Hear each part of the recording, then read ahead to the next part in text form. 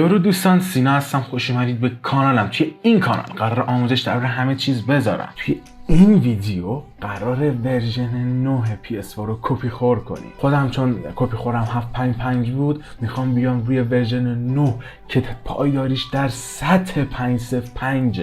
فقط شما واسه یه کپی خور کردنه این کنسول شما حتما یه فلش نیاز دارین. حالا حجمش مهم نیست، یه حجم کم باشه، هرچی کمتر باشه بهتره، چون مثلا نمیصرفه آدم یه فلش 32 گیگو به خاطر یه کنسول بزنه خراب کنه، مثلا بذاره مثلا فقط واسه کنسول، چون اون فلش قرار فرمت کنسول شما در بیاد و وقتی فرمت کنسول شما در بیاد دیگه قابل استفاده توی جاهای دیگه نیست.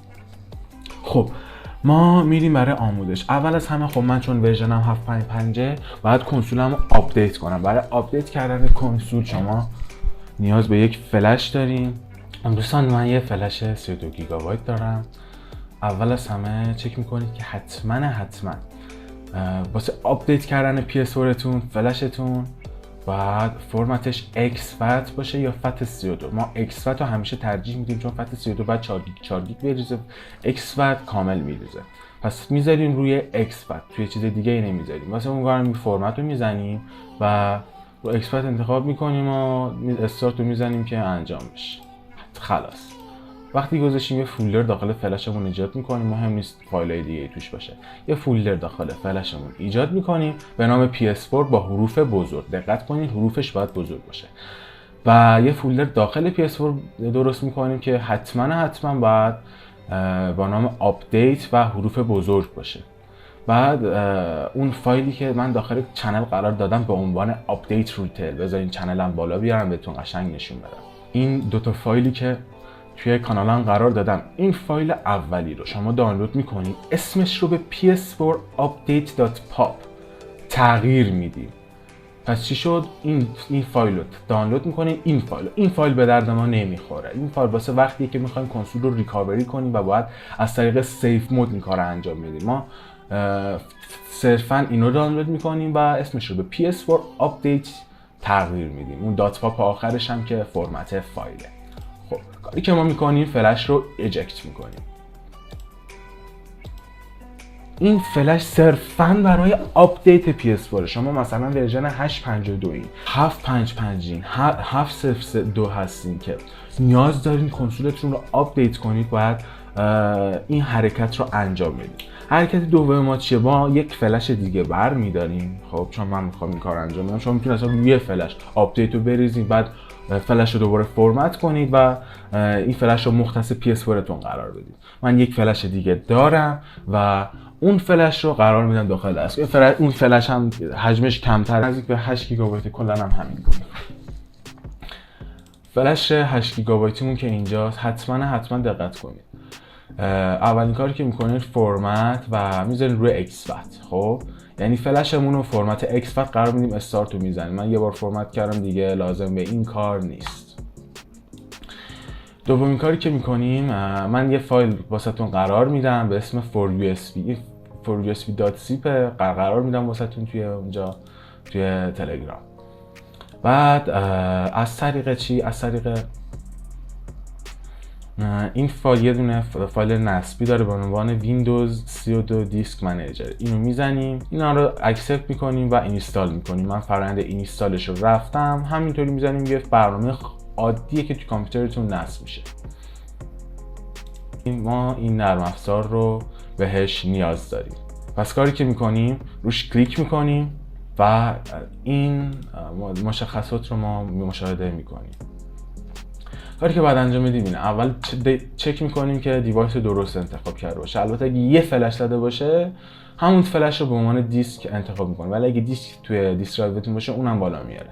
میبینیم اسمش جیه، بله جی، میذاریم رو جی و بعد فایل دوم ایمیج فایل، ما اینجا میایم اینو انتخاب میکنیم و از طریق مسیری که ما از این بالا میزنیم، مسیر این فایل، ما این فایل رو باید توی این اوپن انتخاب کنیم. میایم این بالا اینجا پیست میکنیم، یه اینتر میزنیم که بیاره بالا و این XFAT ایمیج رو اوپن میکنیم.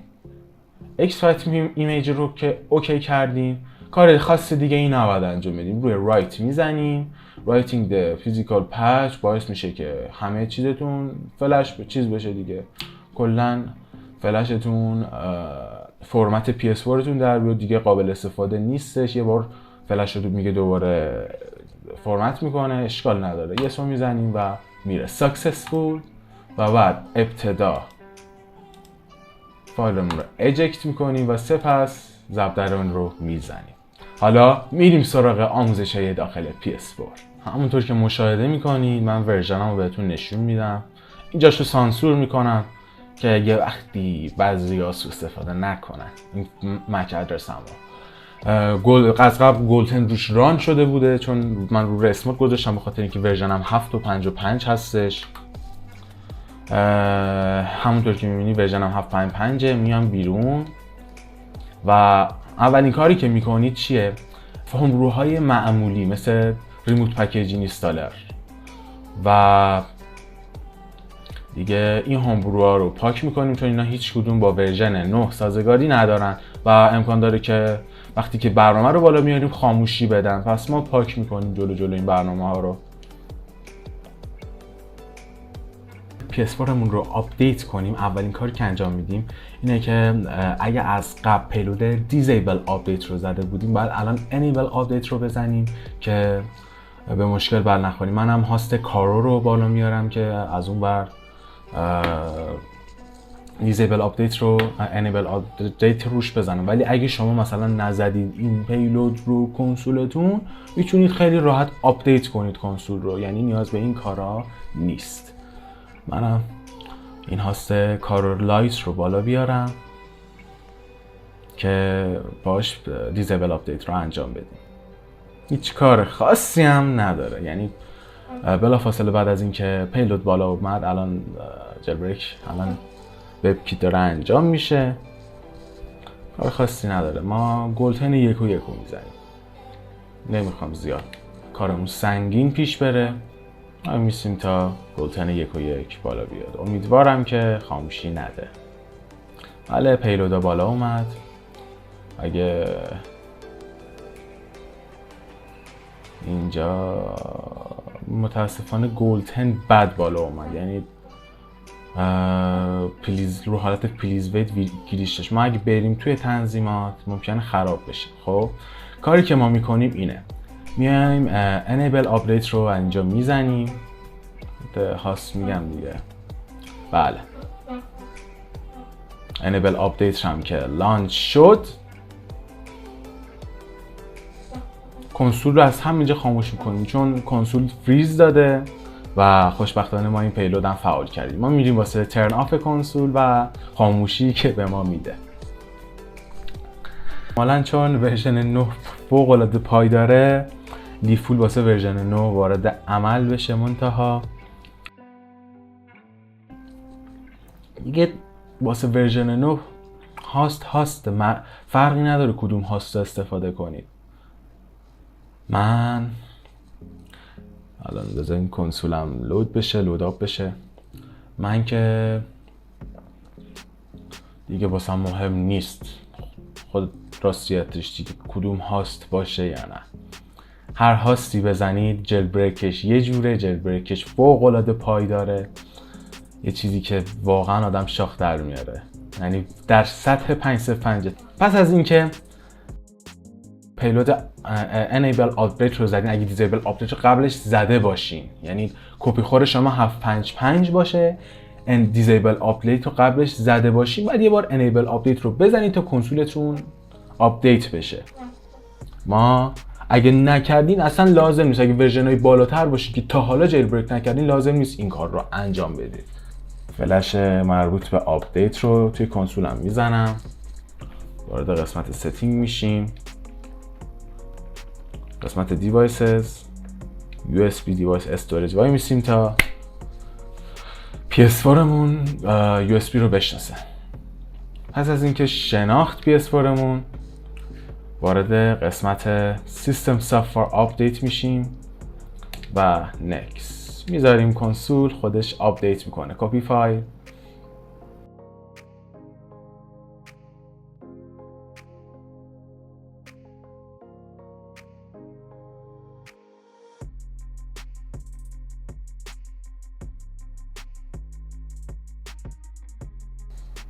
چند ثانیه وای میسیم ریبل دیتابیس کنه. واسه آپدیتمون PS رو میزنیم، وارد یوزرمون میشیم. درسته. خب سیستم سافار آپدیت اول از همه میریم و این ارور رو دیلیت میکنیم. این کاری که انجام میدیم، اون هاستی که زده بودیم کلوز ویندوز، همه رو دیلیت میکنیم. وارد بوکمارکس میشیم، اینا رو هم دیلیت میکنیم. وارد ستینگ میشیم، دیلیت کوکیز و کلیر وبسایت دیتا. وارد قسمت ستینگ میشیم.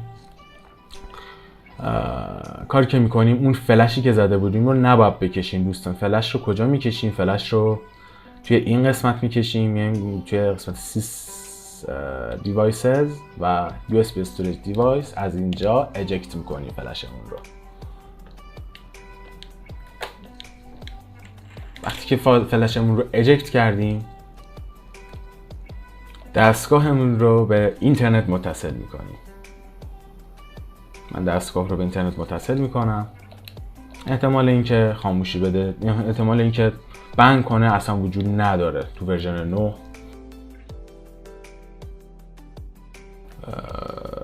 دستگاهمون من با هاست اسپات گوشی کانکت میشم. وقتی کانکت بشه میزنه. خب کانکت میشه، وای میسیم تا اگه اروری چیزی داد پاک کنیم سریع واسه دانلود رو.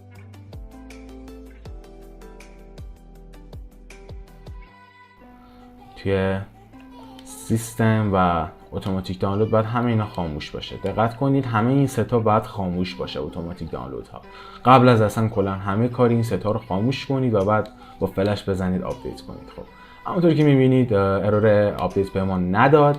ما هاست ps4exploit.z.io آدرسش رو داخل کانالم قرار دادم. میزنیم که این هاست بالا بیاد.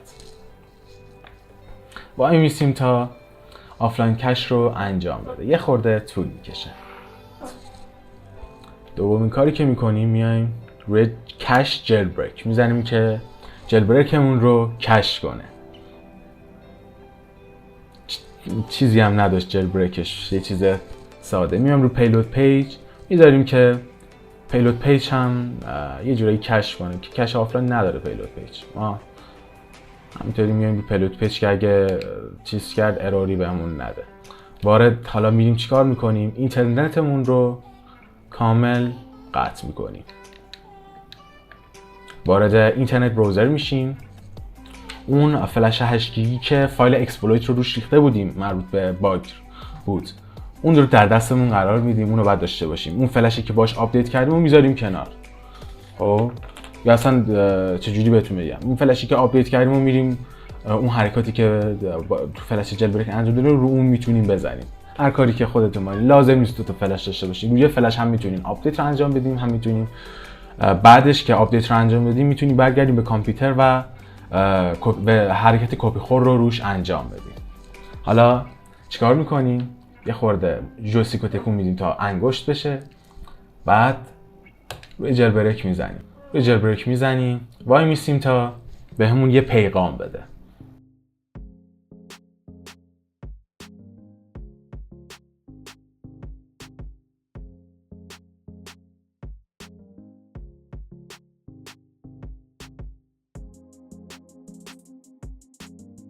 خب پیغام رو که داد، این مهم نیست. این لحظه مهم نیست که زود بزنیم یا نه. فلش رو کامل ایمپورت میکنیم. وای میسیم تا اون بالا سمت چپ بگه که آقا من یو اس بی شما رو نمیشناسم. وقتی که اون ارور رو داد، ابتدا اوکی رو میزنیم. 1 2 و 3. اوکی و سپس فلش رو میکشیم. همونطوری که میبینیم فری مموری میده و گوتن دو لود میشه. اوکی رو میزنیم تا به صفحه اکسپلویت برگرده. PS رو میزنیم. یک بار دیگه دستگاه رو به اینترنت، ما میتونیم کانکت هم دائم دستگاه به صورت دائم کانکت باشه موقع جیل بریک، اصلا مهم نیست این قضیه. ما کانکت میکنیم چون صفحه پیلوت های این وابسته به اینه. یادم رفت راستی قبلش بعد وارد گولتن بشیم و این دوتا رو تیکو بزنیم تا بتونیم پیلود ها رو اینجکت کنیم. کدوم پیلود ها رو ما نیاز داریم؟ دقت کردید ما دفعه قبل enable آپدیت کردیم که کنسولمون رو آپدیت کنه اگه دیزیبل آپدیت کرده بودیم. حالا میایم اینجا و دیزیبل آپدیت رو میزنیم با سه محض اختیار. روی دیزیبل آپدیت میزنیم، پیلود ریسیو شد، ما میسیم تا پیغامش بیاد. اوکی رو میزنیم، PS رو فشار میدیم و اینترنت رو قطع میکنیم. دوستان همونطور که میبینید ورژن 9 من با موفقیت جل بریک شد. اینم دیباگ ستینگ واسهتون بالا آورده و گولد 10 آموزش نصب برنامه ها رم لینکش رو این بالا سمت راست یا چپ قرار میدن. اگر از این ویدیو لذت بردین حتما لایک کنید، چنل رو سابسکرایب کنید، زنگوله بغلش هم بزنید. مرسی از اینکه ویدیو ما رو دیدید. خیلی خوشحال شدم که ورژن 9 و پایداری اومد. به دوستاتون ما رو معرفی کنید. تا ویدیوی بعد، بدرود.